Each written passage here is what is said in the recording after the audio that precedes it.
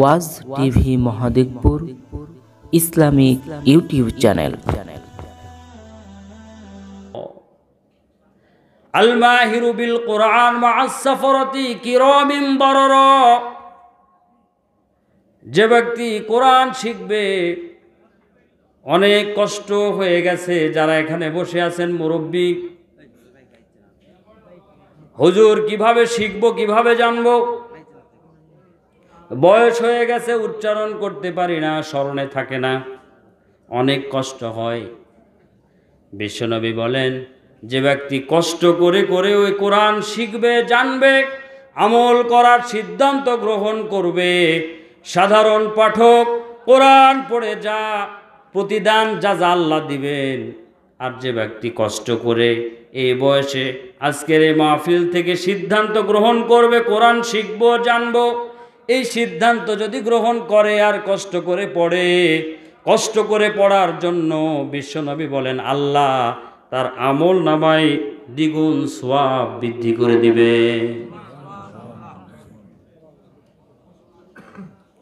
প্রিয় ভাইরা আমার, এই জন্য কোরআন জানতেই হবে, শিখতেই হবে, কোনো বিকল্প নাই। এরকম ট্র্যাডিশনাল প্রোগ্রাম অনেক হওয়ার চাইতে সকলকে নিয়ে যদি সূরা ফাতিহায় মশক করা হয়, কোনটার গুরুত্ব বেশি বলেন তো? তখন কবেন আমরা হুজুর এত দূর থেকে আনি কি সূরা ফাতিহা পড়ার জন্য? আমাদের মসজিদের ইমাম সাহেবই তো পারে নাকি? কিন্তু ভাইরা আমার, এরকম হাজারো ট্র্যাডিশনাল প্রোগ্রাম করার চাইতে কোরআন শিক্ষা করার চিন্তা ভাবনা আনতে হবে। কেন কোরআন শিখবেন, কেন জানবেন? কিয়ামতের দিনে এই কোরআন আপনার পক্ষে এবং বিপক্ষের দলিল হবে। আল কোরআন হুজ্জাতুল লাকা ওয়া আলাইক। কোরআন যার পক্ষে কথা বলবে, আল্লাহ রব্বুল আলামিনের কাছে সুপারিশ করবে, আবদার করবে, আল্লাহ সেটা কবুল করবেন। এই জন্য প্রিয় ভাইরা, আবার কবরে যখন রাখা হবে, মান রব্বুকা মান দীনুকা ওয়া মান নাবিয়্যুকা মা হাযার রাজুল, কবরের ফেরেশতারা জিজ্ঞেস করবে তোমার রবকে, দিন কি, তোমার নবীকে ছিল বলো। লোকি বান্দার হলে বলবে আমার রব আল্লাহ, আমার দিন ইসলাম, আমার নবী হলো জনাবে মুহাম্মদুর রাসূলুল্লাহ সাল্লাল্লাহু আলাইহি ওয়াসাল্লাম। চতুর্থ নম্বর প্রশ্ন করা হবে, এই যে কথাগুলো তুমি বললে, তোমার রব আল্লাহ, তোমার দিন ইসলাম, এই কথাগুলো তুমি কোথায় শুনেছ? যে মানুষগুলো কোরআন পড়বে, জানবে, ওই মানুষটা বলবে এই কথাগুলো আমি কোরআন থেকে পড়েছি।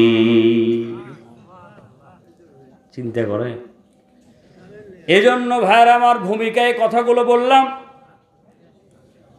আমাদের সিদ্ধান্ত নেওয়াই লাগবে। কোরআন পড়ব, কোরআন শিখব, কোরআন জানব। কারণ হলো আল্লাহ রব্বুল আলামিন এই কোরআনুল কারীম জনাবে মুহাম্মদুর রাসূলুল্লাহ সাল্লাল্লাহু আলাইহি ওয়াসাল্লামের জীবনের সেরা শ্রেষ্ঠ মুজিজা হলো তিনটা। ফার্স্ট মুজিজা, বিশ্বনবীর জীবনের সেরা মুজিজা হলো তিনটা। এক নম্বরের মুজিজা হলো মহাগ্রন্থ পবিত্র আল কোরআন, যেই কোরআনুল কারীম আল্লাহ রাব্বুল আলামিন বিশ্বনবীর উপর নাজিল করেছেন, এক নম্বর সেরা মুজিজা। দ্বিতীয় নম্বর সেরা মুজিজা হলো আঙ্গুলের ইশারায় চাঁদকে দুভাগ করে দেওয়া। তৃতীয় নম্বরের সেরা মুজিজা হলো মিরাজ। মিরাজ দ্বিতীয়বার আর কোনো দিন এইরকম ঘটনা আর ঘটবে না, আর সম্ভব নয়। বিশ্বনবীর জীবনের সেরা তিনটা মুজিজার ভিতরে আল্লাহ রব্বুল আলামিন মুজিজা ইজাজ অপারগ করে দেয় মানুষদেরকে, সব নবীদেরকে আল্লাহ দান করেন। আল্লাহর নবী মূসা আলাইহিস সালাতু ওয়াস সালামকে আল্লাহ মুজিজা দিয়েছিলেন লাঠি। সমুদ্রের পাড়ে আঘাত করেছিলেন, 12টি রাস্তা তৈরি হয়ে গেল। এখন সামান দুনিয়ার মানুষ, হুজুর, পীর সাহেব সবাই মিলে যদি শত দোয়া ফু দেওয়া হয় আর লাঠিগুলো নিয়ে যাত্রায় নদীতে মারা হয়, রাস্তা কয়টা বের হবে? যারা কন্যা বের করতে পারবেন নাকি? হ্যাঁ, এটা হলো এজাজ। অপারক করে দিবে, অক্ষম করে দিবে দুনিয়ার মানুষ, যেটা করতে পারবে না। আল্লাহ নবীদেরকে সেই মুজিজা দান করেন। ঈসা আলাইহিস সালাতু ওয়াস সালামকে আল্লাহ মুজিজা দিয়েছিলেন, যদি মরা মানুষ প্রয়োজন হয় তার সাক্ষীর জন্য, গুরুত্বপূর্ণ বিষয়ের জন্য, কবরের সামনে গিয়ে বলতো মরা মানুষ কুম বিজিনিল্লাহ, জীবিত হয়ে যেত। শত ডাক্তার মেডিকেল সায়েন্স গবেষণা করে কিয়ামত হবে, আবার নতুন দুনিয়া সৃষ্টি হবে, মরা মানুষ তাজা হবে নাকি? আর এটা হলো মুজিজা নবীদেরকে দেন। নবী হওয়ার জন্য 3টা গুণ লাগে। একটি হলো ওহী, 1 নম্বর হলো হুসনে খুলক, উত্তম চরিত্র। কি জ্বালা রে বাবা,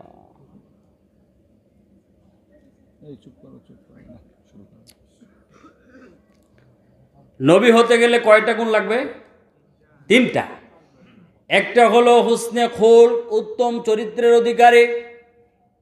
দ্বিতীয় হলো ওহী আসতে হবে। তৃতীয় হলো মুজিজা থাকতে হবে।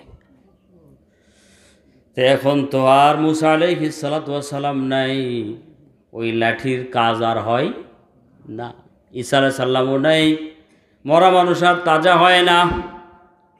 সুলাইমান আলাইহিস সালাতু ওয়াস সালামকে আল্লাহ মুজিজা দিয়েছিলেন তখতা। তেল লাগবে না, পেট্রোল লাগবে না, ইঞ্জিন লাগবে না। দুনিয়ার যেই প্রান্তে ইচ্ছা চলে যাবেন তেল পেট্রোল ছাড়াই।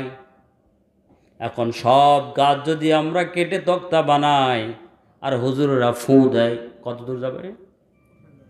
যাবে? গোটা দুনিয়াতে তিনি ঘুরেছিলেন, সেই তক্তারও কাজ বন্ধ। দাউদ আলাইহিস সালাতু ওয়াস সালাম লোহাকে হাতে ধরতেন, যা তিনি করার ইচ্ছা করতেন তাই তৈরি হয়ে যেত। আল্লাহর নবীর পয়গম্বররা বিদায় হয়ে গেছেন, মুজিজাগুলো বিদায় হয়ে চলে গেছে। আর তক্তা উড়ে না, আর লাঠি মারলে রাস্তাও বের হবে না, মরা মানুষ তাজা হবে না। কিন্তু আপনার আমার নবী আমাদের কাছে নাই, কিন্তু তার জীবন্ত মুজিজা আল কোরআন আছে না নাই? কেন আছে? চিন্তা করছেন? খালি বক্তব্যে পড়ানোর জন্যই আর নামাজের জন্যে, মানুষ মরলে দোয়া করার জন্যে, এই জন্য আছে না। জীবন্ত মুজিজা কোরআন। কোরআন হলো বুরহান, দলিল, মানুষের পক্ষে বিপক্ষের দলিল। আর এই জীবন্ত মুজিজা কিয়ামতের দিনে আল্লাহর দরবারে সাক্ষী দিবে। আল কোরআন ইশফাআন লি আবদি ইয়াউমাল কিয়ামা। কিয়ামতের দিনে কোরআন আপনার পক্ষে বিপক্ষে কথা বলবে। গোটা দুনিয়ার আমরা খোঁজ খবর রাখি, যারা সচেতন শিক্ষিত। সকাল হলে আমরা এই যে হাতে দেখেন নেট, ফেসবুক, গোটা দুনিয়ার খবর রাখি। আমেরিকার নির্বাচনের খবর কি, ব্রিটেনের কে প্রধানমন্ত্রী হলো, ভারতের খবর কি, কাশ্মীরে কারা মারামারি রাখলো, আফগানিস্তানে কে ক্ষমতায় আসলো, গোটা দুনিয়ার খবর আমরা নেটে দেখি, ফেসবুকে দেখি। দু একদিন যদি এই নেট বন্ধ থাকে, পেপার পত্রিকা বন্ধ থাকে, নিজেকে মনে হয় দুনিয়া থেকে বিচ্ছিন্ন করে ফেলেছি। কিন্তু এই মানুষটার বয়স 60 বছর, 70 বছর, 50 বছর পার হয়ে গেছে। গোটা দুনিয়ার খবর সে পেপার থেকে, নেট থেকে সংগ্রহ করে। আর যে আল্লাহ যে জান্নাতের খবর এই কোরআনে দিলেন, সেই খবর নেওয়ার সময় আমাদের হয়? সময় হয় না ভাই, সময় হয় না। এই জন্য জীবন্ত মুজিজা, মানুষের পক্ষে বিপক্ষের দলিল, কথা বলবে কিয়ামতের দিন। وقال الرسول يا ربي إن قوم اتخذوا هذا القرآن محزورا আল্লাহ রব্বুল আলামিনের নবী কিয়ামতের দিন বলবেন ওয়াকালার রাসূলু ইয়া রব্বি, বিশ্বনবী বলবেন ও আমার রব, ইন্না কওমি ইত্তাখাযু হাযাল কুরআনা মাহজুরা, আলিপুরের মানুষগুলো, এই মহাদেবপুরের মানুষগুলো, বাংলাদেশের মানুষগুলো এই কোরআন থেকে তারা দূরে, কোরআন পড়ে না, কোরআন শিখে না, কোরআনের আলোচনাও শুনে না। কেস করে দিলাম, মামলা করে দিলাম, আজকে কোরআন কেস করে দিবে ভাই মানুষের বিপক্ষে, বিশ্বনবী হবেন উকিল। কোথায় দাঁড়াবেন বলেন? এজন্য সিদ্ধান্ত নেন, শপথ গ্রহণ করেন, কোরআন না শিখে কবরে যাওয়া যাবে না। এজন্য কোরআন শিখবেন, সন্তানদেরকে শিখাবেন। আল্লাহ রব্বুল আলামিন মানব জাতির জন্য কোরআনুল কারীম নাজিল করেছেন হুদাল লিন্নাস ওয়া বাইয়িনাতিম মিনাল হুদা ওয়াল ফুরকান, হেদায়েতের কিতাব, পথ দেখাবে এই কোরআন। আমরা তো আজকে আর কোরআন থেকে হেদায়েত নিতে চাই না। হেদায়েত নেওয়ার জন্য আমরা দৌড়াই ভণ্ড পীরদের কাছে, নাকি? কিন্তু বিশ্বনবী বলেন যে ব্যক্তি কোরআনকে বাদ দিয়ে অন্য জায়গায় হেদায়েত খুঁজতে যাবে, রাস্তা খুঁজতে যাবে, আদাল্লাহুল্লাহ, আল্লাহ নিজে তাকে পথভ্রষ্ট করে দিবে, বিপদগামী করে দিবেন, নিজে দায়িত্ব নেবে। মানিত্তাবাল হুদা বিগাইরিল কুরআন আদাল্লাহুল্লাহ, মানিত্তাবাল হুদা বিগাইরিল কুরআন, কোরআনকে বাদ দিয়ে অন্য জায়গায় যারা হেদায়েত খুঁজবে, অন্য জায়গায় অন্য তরিকায় যারা হেদায়েত খুঁজতে যায় কোরআনকে বাদ দিয়ে, বিশ্বনবী বলেন আদাল্লাহুল্লাহ, আমি নিজে, আল্লাহ বলেন আমি নিজে তাকে পথভ্রষ্ট করব, বিপদগামী করে দিব। এই জন্য হেদায়েত পাওয়ার জন্য কার কাছে যাওয়া লাগবে? আল্লাহর কোরআনের কাছে যাওয়া লাগবে। কোরআন আপনাকে পথ দেখাবে, কোরআন আপনাকে রাস্তা দেখাবে, আল্লাহকে চিনিয়ে দিবে। এই জন্য প্রিয় ভাইরা আমার, ভূমিকায় এই কথাগুলো বললাম আপনাদের সকলের জন্যই, আমরা যাতে করে কোরআনুল কারীম শিখার জন্য চেষ্টা করি, আর এই কোরআনুল কারীম না শিখে যেন আমরা কেউ কবরে না যাই। তাইলে কোরআন কেস করবে, মামলা করে দিবে, এখান থেকে আর পরিত্রাণ পাওয়ার সুযোগ নেই। যাদের বয়স হয়ে গেছে তারা বলবেন হুজুর শিখবো কিভাবে, জানবো কিভাবে? আপনাদেরকে বলবো সহজ উপায়। এই বয়সে সবার পক্ষে আর দাওরায়ে হাদিস পাশ করা সম্ভব নয়, কামেল পাশ করা সবার পক্ষে সম্ভব নয়, বুখারী মুসলিম আবু দাউদ তিরমিজি দেখে দেখে ইসলাম পালন করা সম্ভব নয়। কিন্তু এই কিতাবগুলো যারা পড়ে, এই জ্ঞানগুলো যারা অর্জন করেছে, এদের সহবতে থাকা সম্ভব কিনা বলেন? তাদের কাছে থেকে থেকে ইসলাম শিখবেন, জানবেন, বোঝার চেষ্টা করবেন, একসঙ্গে চা খাবেন, আত্মীয়তার সম্পর্ক করবেন। আসসুহুবু মুতাআফফিরা, আপনার সঙ্গ যেমন হবে আপনার স্বভাব চরিত্র তেমন হবে। এজন্য সৎসঙ্গে স্বর্গবাস, আছে না শেখ সাদির বক্তব্য?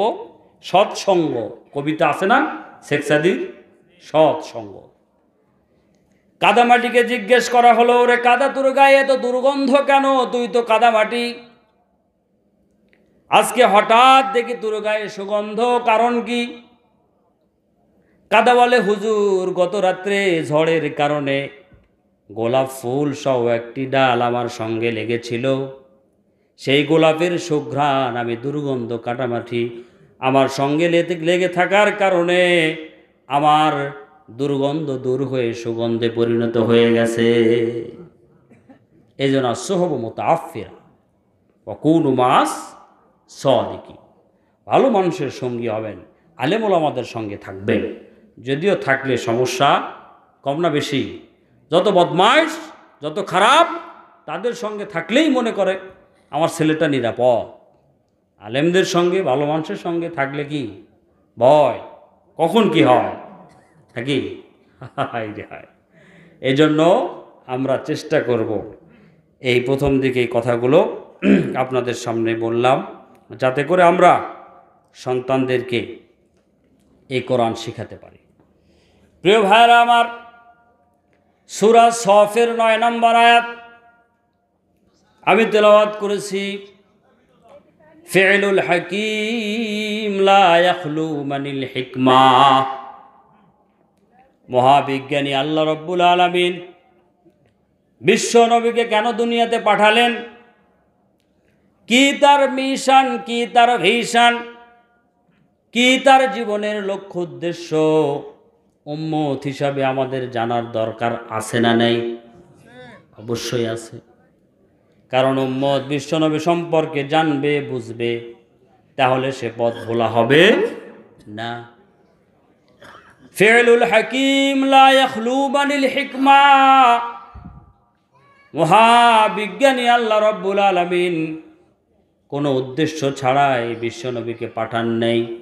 বিশ্বনবীর মতো মহামানব এই দুনিয়াতে পাঠিয়েছেন, অবশ্যই এর পিছনে একটা মহাপবিত্র উদ্দেশ্য আছে না নাই? সে উদ্দেশ্যের সঙ্গে রাসূলের জীবনের সঙ্গে আপনার আমার জীবন মিলাবো। যদি মিল খেয়ে যায় তাহলে বুঝবো আমরা রাসূলের সুন্নাহকে অনুসরণ করছি, আর যদি না মিলে যায় আমরা রাসূলকে অনুসরণ করব ভুল পথ ছেড়ে দিয়ে। পারবো তো ইনশাআল্লাহ? প্রিয় ভাইরা আমার, আমাদের মানবতার মহান শিক্ষক, মানবতার মহান আদর্শ, কত বড় নবী, কত সম্মানিত নবী, কত মর্যাদা আল্লাহ দিয়েছেন, যেই নবী আগমনের সাথে সাথে অন্যান্য নবীদের নবুয়ত স্থগিত হয়ে গেছে। বিশ্ব নবী আগমনের সাথে সাথে অন্যান্য যত নবী রাসূল দুনিয়াতে এসেছিল তাদের সব নবুয়ত, তাদের নবুয়ত স্থগিত করে দিয়েছেন আল্লাহ। পৃথিবীতে আজকে তাওরাত আছে, তাওরাতের কোনো বিধান মানা যাবে? নবুয়ত স্থগিত। ইনজিল আছে দুনিয়াতে, ইনজিল কি মানা যাবে? নবুয়ত স্থগিত হয়ে গেছে। এত বড় মহামানব আল্লাহ দুনিয়াতে পাঠালেন, যেই নবীকে আল্লাহ পাক বললেন সিরাজাম মুনীরা, উজ্জ্বল প্রদীপ্ত বাতি নামে নামকরণ করলেন।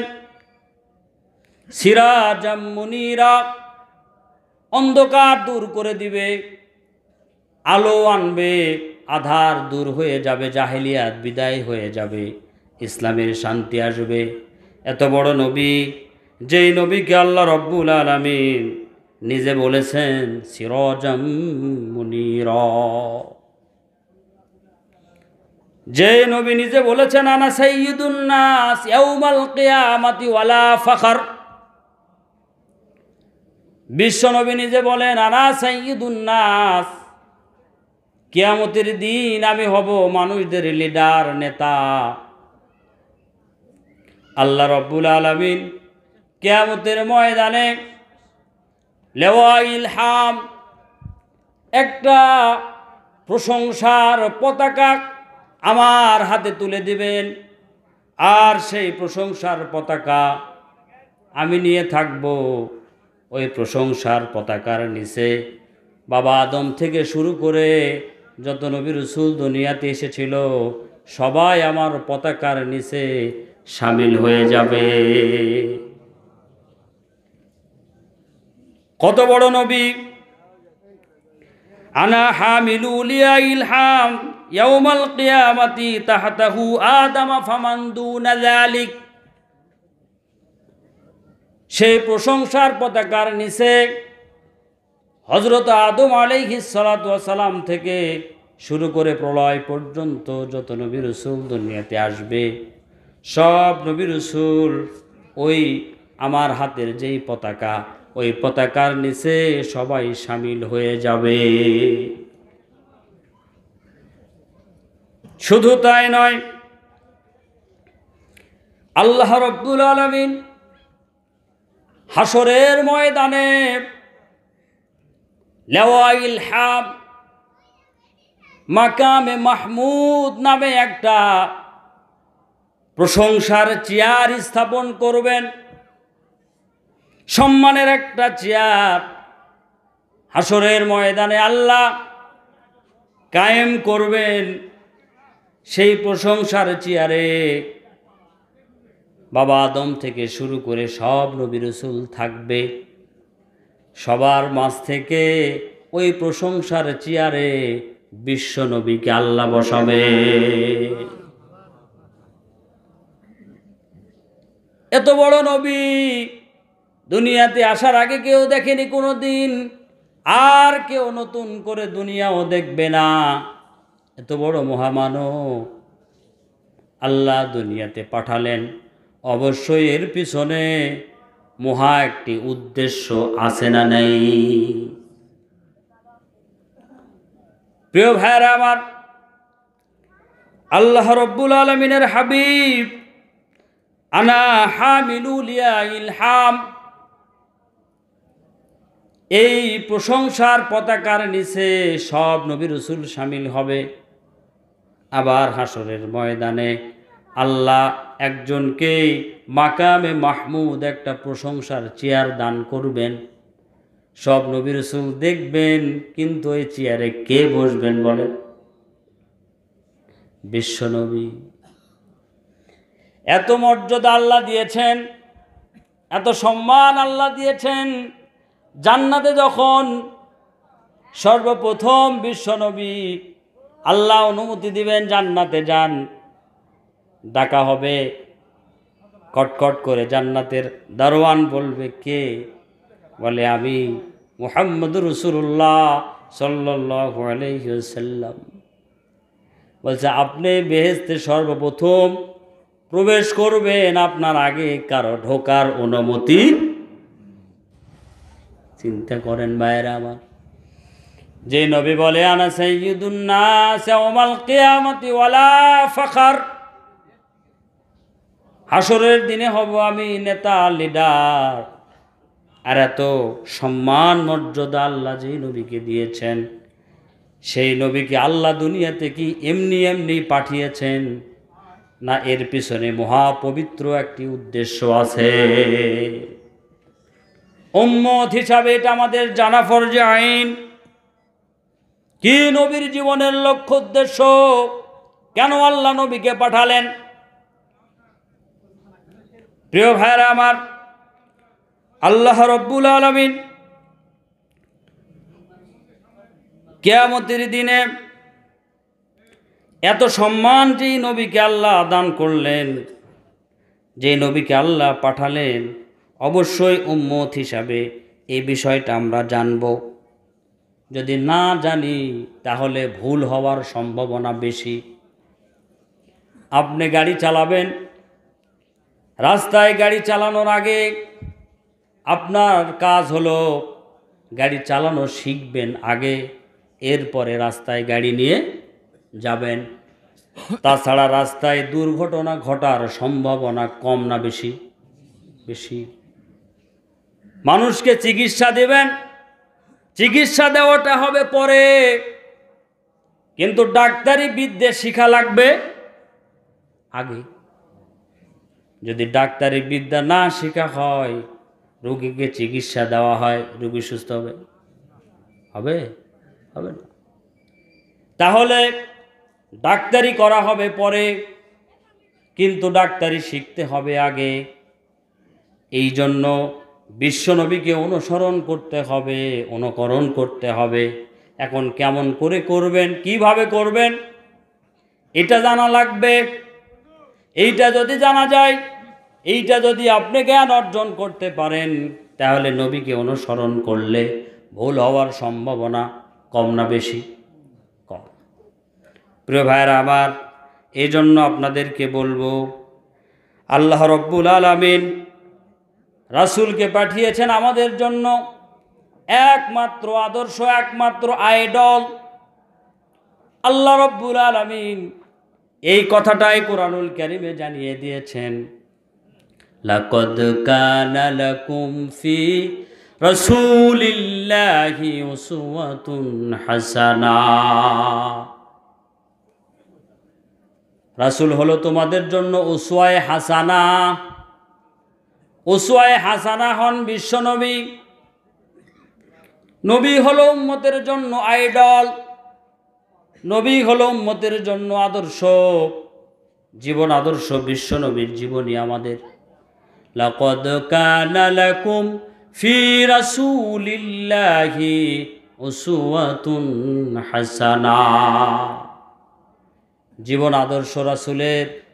এখন জীবন আদর্শ উম্মত বুঝে না, জীবন আদর্শ কি তাও জানে না। শয়তানের জীবন আদর্শ, শয়তানের স্টাইল মানুষগুলো ধারণ করে পথ চলে, এরপরেও মনে করে আমরা রাসূলের উম্মত। ভাইরা আমার, আল্লাহ রব্বুল আলামিন রাসূলকে পাঠিয়েছেন আমাদের কাছে, যাতে করে আমরা ইসলাম বুঝতে পারি, দিন বুঝতে পারি। আপনাকে যদি কেউ জিজ্ঞেস করে ইসলাম কি, এক কথায় জবাব দেন, তাহলে কি উত্তর আমরা দিব?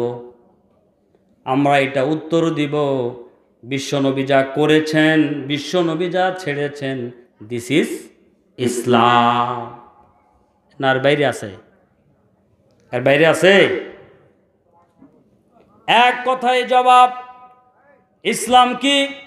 বিশ্বনবী যা করেছেন, বিশ্বনবী যা ছেড়েছেন, এটাই হলো ইসলাম, এর বাইরে কোনো ইসলাম নেই। আল্লাহ রাব্বুল আলামিনের বক্তব্য ঠিক এটাই, মা আতাকুমুর রাসূলু ফাখুযুহু ওয়া মা নাহাকুম আনহু ফান্তাহু। আমার রাসূল যা করেছে, যা এনেছে, সেটা গ্রহণ করবে। রাসূল যেটা ছেড়েছে, পরিত্যাগ করেছে, সেটা কি করা লাগবে? বর্জন করা লাগবে। রাসূলই হলেন ইসলামের একমাত্র মাপকাঠি। বিশ্বনবীর বাইরে কোনো মাপকাঠি নাই। যদি আপনি আমাকে বলেন হুজুর রাসূলের জীবন কেমন জীবন, একটু ব্ল্যাকবোর্ডে দেখিয়ে দেখান।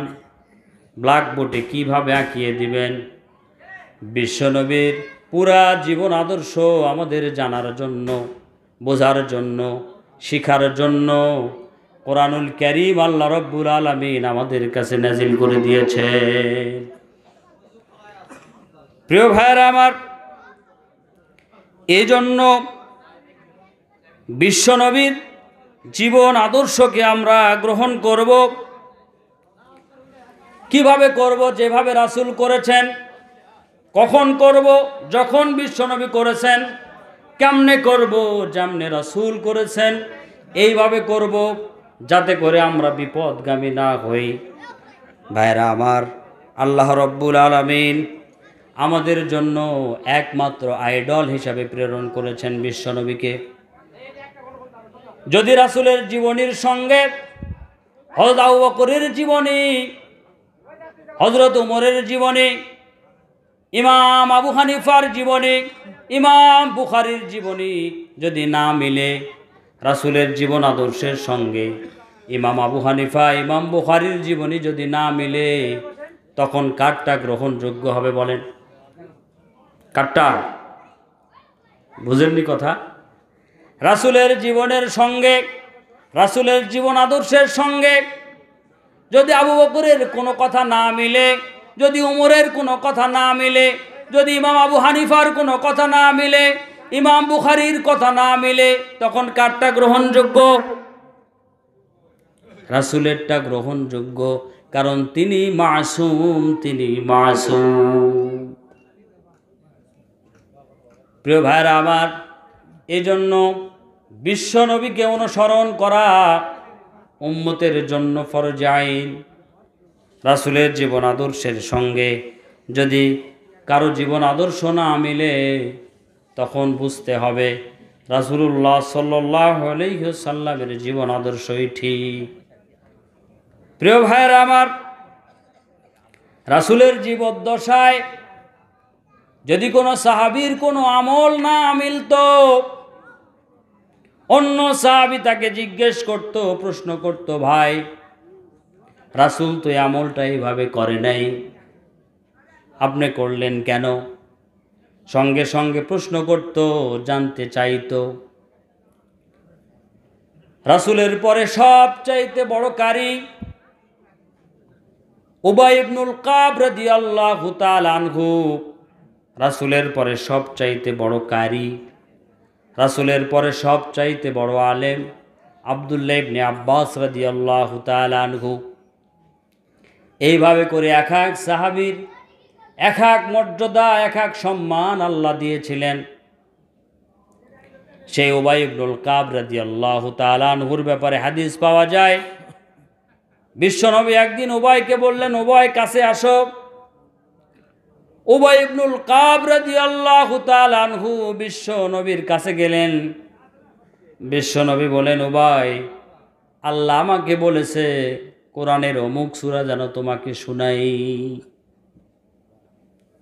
উবাই বলেন, বলেন কি ইয়া রাসূলুল্লাহ, আপনি হলেন আসহাবুল ওয়াহি, সাহিবুল ওয়াহি, আপনার কাছে আল্লাহ কোরআন নাজিল করেছেন, আর সেই কোরআন আপনার তেলাওয়াত আমি শুনবো, এটা বলেছেন।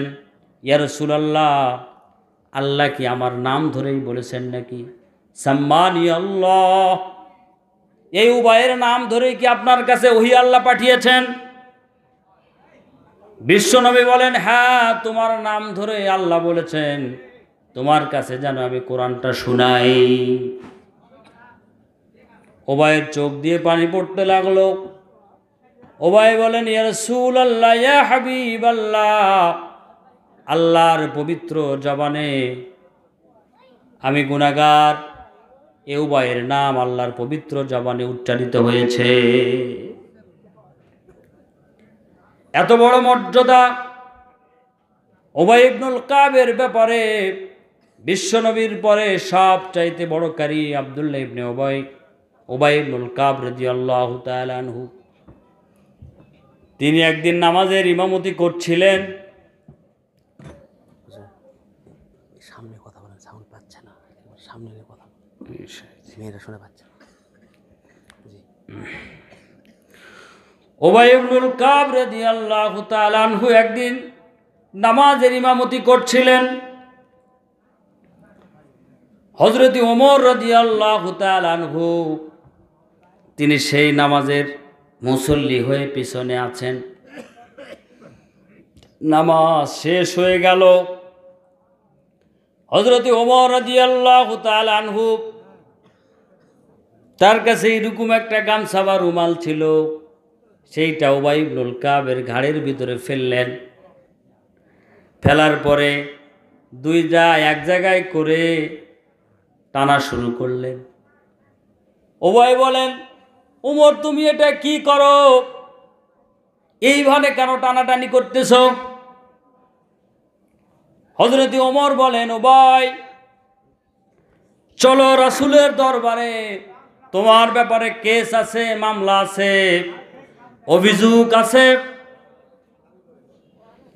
কারণ হলো বিশ্বনবী যেইভাবে কোরআন তেলাওয়াত করত, আজকে তুমি নামাজে সেইভাবে কোরআন তেলাওয়াত করো নাই। আমাকে যেইভাবে নবী শিক্ষা দিয়েছে ওই শিক্ষার সঙ্গে মিলে নেই। উবাই বলে, ঠিক আছে, নিয়ে চলো রাসূলের দরবারে, অসুবিধা নাই, কিন্তু এটা ছেড়ে দাও। হযরত ওমর বলে, না, ছাড়বো না, যদি তুমি পালিয়ে চলে যাও। টানতে টানতে রাসূলের দরবারে নিয়ে গেলেন। বিশ্বনবী বলেন, ওমর, কি করো তুমি? এটা ছেড়ে দাও উবাইকে। এইবারে ওমর রাদিয়াল্লাহু তাআলা আনহু উবাই ইবনুল কাবের ঘাট থেকে রুমালটা সরে ফেললেন। রাসূলের কাছে গিয়ে জানতে চাইলেন বিনয়ের সঙ্গে, ইয়া রাসূলুল্লাহ, ইয়া হাবিবাল্লাহ, উবাই আজকে নামাজের ইমামতি করছিল, আমি তার পিছনে নামাজ আদায় করছিলাম, কিন্তু আপনি যেইভাবে কোরআন আমাকে শিক্ষা দিয়েছেন উভয় ওইভাবে কোরআন তেলাওয়াত করে নাই, আপনার শিখানোর সঙ্গে মিলে নাই। যেহেতু আপনার শিখানোর সঙ্গে মিলে নাই, সেহেতু আমি আপনার দরবারে এনেছি, এর বিচার করা লাগবে। বিশ্বনবী বলেন, ঠিক আছে, বিচার করা হবে। আগে গলার থেকে সেই গামছা রুমাল সরে ফেল। বিশ্বনবী এইবারে উবাই ইবনুল কাবকে বলেন, উবাই, নামাজে কি তেলাওয়াত করলে একটু আমাকে শোনাও। উবাই রাদিয়াল্লাহু তাআলা আনহু এইবারে তেলাওয়াত করে শোনালেন বিশ্বনবীকে। বিশ্বনবী বলেন, হা কাজা উনজিলা, হ্যাঁ, এইভাবেই কোরআন নাজিল হয়েছে। এইবার বলেন তো হযরত ওমরের অবস্থাটা কেমন? দোষী হিসাবে ধরেছিলেন, আসামি হিসাবে ধরেছিলেন, কিন্তু এখন দোষ কার ঘাড়ে? হ্যাঁ, ওমরের ঘাড়ে। কথা বুঝতে পারছেন না? পারেন না? তাহলে একটু হুহাকার করে, হ্যাঁ, ঠিক আছে। উনি এনেছিলেন তো অপরাধী হিসাবে উবাই ইবনুল কাবকে বিশ্বনবীর কাছে। আল্লাহর নবী তেলাওয়াত শোনার পরে বলেন, হা কাজা উনজিলা, এইভাবে কোরআন নাজিল হয়েছে। ওমর রাদিয়াল্লাহু তাআলা আনহু চিন্তা করে, বড়ই বেকায়দা, আসামি হিসাবে আনলাম, কিন্তু রাসূল তার পক্ষে কথা বলল। এবার বিনয়ের সঙ্গে জিজ্ঞেস করেন, ইয়া রাসূলুল্লাহ, আমাকে তো এইভাবে আপনি কোরআন শিখান নাই। ওবাইটা শুনে তো বললেন, হ্যাঁ, এইভাবে কোরআন নাজিল হয়েছে, এটা ঠিক আছে, তা আমাকে তো এইভাবে শিখান নাই। রাসূল বলেন, ওমর, এবার তুমি তেলাওয়াত করো, তোমাকে আমি কিভাবে শিখালাম তুমি একটু পড়ো। হযরত ওমর এইবার তেলাওয়াত করলেন। বিশ্বনবী বলেন, হা কাজা উনজিলা, এইভাবে কোরআন নাজিল হয়েছে। এখন হযরত ওমর চিন্তা করেন, আরে দুটাই কিভাবে ঠিক হয়? হইলে তো একটা ঠিক হবে নাকি? তো বিশ্বনবী তো বলেন দুটাই ঠিক, হা কাজা উনজিলা। উবাইয়ের ব্যাপারেও বললেন, আমারটা শোনার পরেও বলেন হা কাজা উনজিলা, হ্যাঁ, এইভাবেই কোরআন নাজিল হয়েছে। হযরত ওমর রাদিয়াল্লাহু তাআলা আনহু চিন্তা করেন, তাহলে তো উবাইকে এইভাবে অপমান করে ধরে আনা মোটেও ঠিক। এবার বিশ্বনবী বলেন, হা কাজা উনজিলা, উনজিলাল কোরআন সাবাত আরুফ। ওমর শোনো, একভাবে দুইভাবে নয়, 7 ভাবে আল্লাহ এই কোরআন অবতীর্ণ করেছে। 7 ভাবে মানে 7টা আঞ্চলিক ভাষা। বাংলাদেশের ভাষা কি? কি ভাষা? বাংলা। এই তো একটু কথা কম। এখন চট্টগ্রামে যারা কথা বলে ওরাও তো বাংলাতেই কথা বলে, কথা কি বোঝা যায়? যায় না। নোয়াখালী যায় না। প্রিয় ভাইরা আমার, এরকম আঞ্চলিক 7টি ভাষায় কোরআন নাজিল হয়েছে, কিন্তু কুরাইশদের ভাষাটা ছিল স্ট্যান্ডার্ড, পরিশুদ্ধ। আমি আপনাদের কাছে যেইভাবে কথাগুলো বলছি, যেই দেশে যেই প্রান্তে যাই, কথাগুলো বুঝতে মানুষের সহজ না কষ্ট? সহজ। এই জন্য মাসহাব লেখা হয়েছে। উসমান রাদিয়াল্লাহু তাআলা আনহুর সময়ে সব ভাষাগুলো বাতিল করে দাও, পুড়িয়ে ফেলো। মাসহাব আকারে কিতাব লেখা হয়েছে, মাসহাবাতুল উসমান। কুরাইশদের ভাষা যেহেতু পরিশুদ্ধ, ভালো, কুরাইশদের ভাষায় কোরআন রাখো, বাকি ভাষাগুলো পুড়ে শেষ করে দাও। ভাইরা আমার, এত বড় লম্বা হাদিস আমি যে শোনালাম, কি কারণে শোনালাম? এত বড় লম্বা হাদিস শুনে আমি এই মেসেজটুকুই আপনাদেরকে দিতে চাই। সেই মেসেজটা হলো, উবাই ইবনুল কাব সালাতে যেইভাবে তেলাওয়াত করেছে রাসূলের সঙ্গে মিলে নাই। রাসূলের জীবদ্দশায় কোনো আমল যদি সাহাবীদের না মিলে, সঙ্গে সঙ্গে রাসূলের কাছে এইভাবে হাজির করা হয়েছে। এই জন্য সাহাবীরা বিশ্বনবীকে অনুসরণ করেছে, কদমে কদমে অনুসরণ করেছে। একজন তাবি এসে জিজ্ঞেস করেন আম্মা আয়েশাকে, বিশ্বনবীকে দেখার আমার সৌভাগ্য হয় নাই, লেনদেন কেমন ছিল, আচার ব্যবহার কেমন ছিল, কথাবার্তা কেমন ছিল? আম্মা আয়েশাকে জিজ্ঞেস করা হয়। আম্মা আয়েশা বলে, আওয়ালাম তাকরাইল কোরআন, ও আল্লাহর বান্দা তুমি কি কোরআন পড়ো না? ওই তাবি বলে, হ্যাঁ মা আমি কোরআন তো পড়ি। বলে, কোরআন পড়লে নবীজির জীবন আদর্শ কেমন ছিল জিজ্ঞেস করা লাগে না? খুলুকুহুল কোরআন, এই কোরআনই হলো বিশ্ব নবীর চরিত্র। প্রিয় ভাইয়ের আমার, সেই কোরআন আমরা ছেড়েছি না ধরেছি? ছেড়েছি। এটা হুজুরদের দিয়ে দিয়েছেন আপনারা। আমরা মিলাদ পড়াবো, ওয়াজ মাহফিলে আসবেন, শুনবেন, যাবেন, এ পর্যন্তই না। নতুন করে সিদ্ধান্ত নিতে হবে, কোরআন শিখবই, জানবই, এর বাইরে কোনো বিকল্প নেই। ভাইয়েরা আমার, এত বড় লম্বা হাদিস দ্বারা এই জিনিসটাই বোঝানো হয়েছে যে রাসূলের জীবনের সঙ্গে যদি না মিলে কোনো কিছু, তাহলে বুঝতে হবে। সঙ্গে সঙ্গে সাহাবীরা অভিযোগ দিয়েছেন, সাহাবীরা রাসূলের কাছে নিয়ে গেছেন, অভিযোগ দিয়েছেন, যাতে করে বিশ্বনবীর জীবনের সঙ্গে আমাদের জীবনের আদর্শ গ্রহণ করা হয়।